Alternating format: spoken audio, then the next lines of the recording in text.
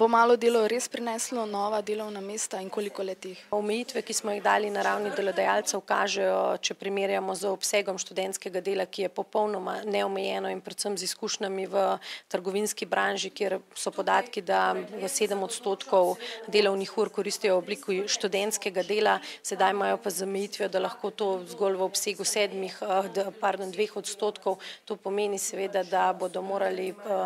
zagotoviti, da so nova delovna mesta in da tista občasna in začasna dela, ki to niso,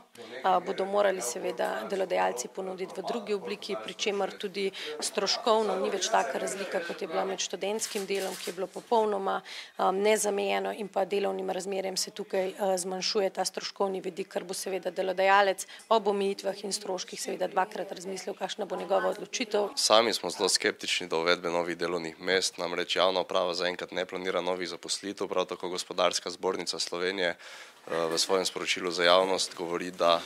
zakon sicer pozdravlja, ampak da ne bo prinesel novih delovnih mest. Tako da, glede na to, da zakon ni prikazal nobene raziskave in predikcije, kaj lahko prinese v prihodnosti, sami ne verjamemo, da bomo dobili nova delovna mesta. Je dobro, da ostane situacija takšna, kot je? Vsi se zavedamo, da je potrebno študentsko delo urediti. Sami smo se bili pripravljeni tudi vedno pogovarjati o tem, kako študentsko delo urediti, vendar ne moramo metati v isti koš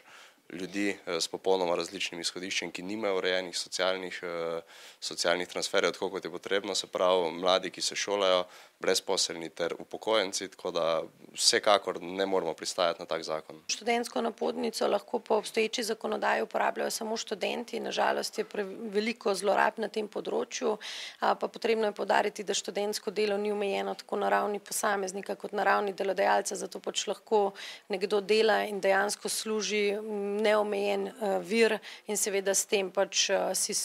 zagotavlja vir preživetja, ker pa na ravni delodajalca ni omejitev, pa to pomeni seveda, da tudi delodajalec lahko to izrablja za neobčasno in priložnostno delo, ampak dejansko namesto delovnega razmerja, in to kažejo tudi analize. Medtem ko malo delo zelo jasno postavlja omejitve na ravni posameznika, na ravni delodajalca in zamejuje to malo delo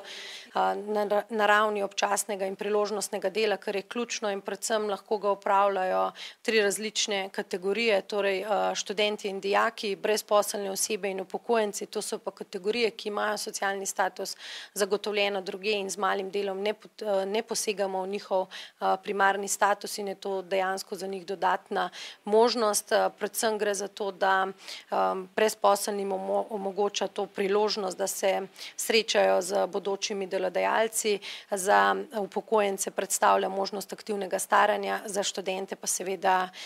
možnost opravljanja občasnega dela v času študija in priznavanje delovnih izkušenj, pokojninske, torej večamo krog socialnih pravic, ki jih z tega naslova imajo, ker študentskim delom dejansko so delali, pa na koncu, ko doštudirajo, tega nič nimajo, niti priznanih delovnih razmer in nič, tako da tukaj gre samo za dodano pravice.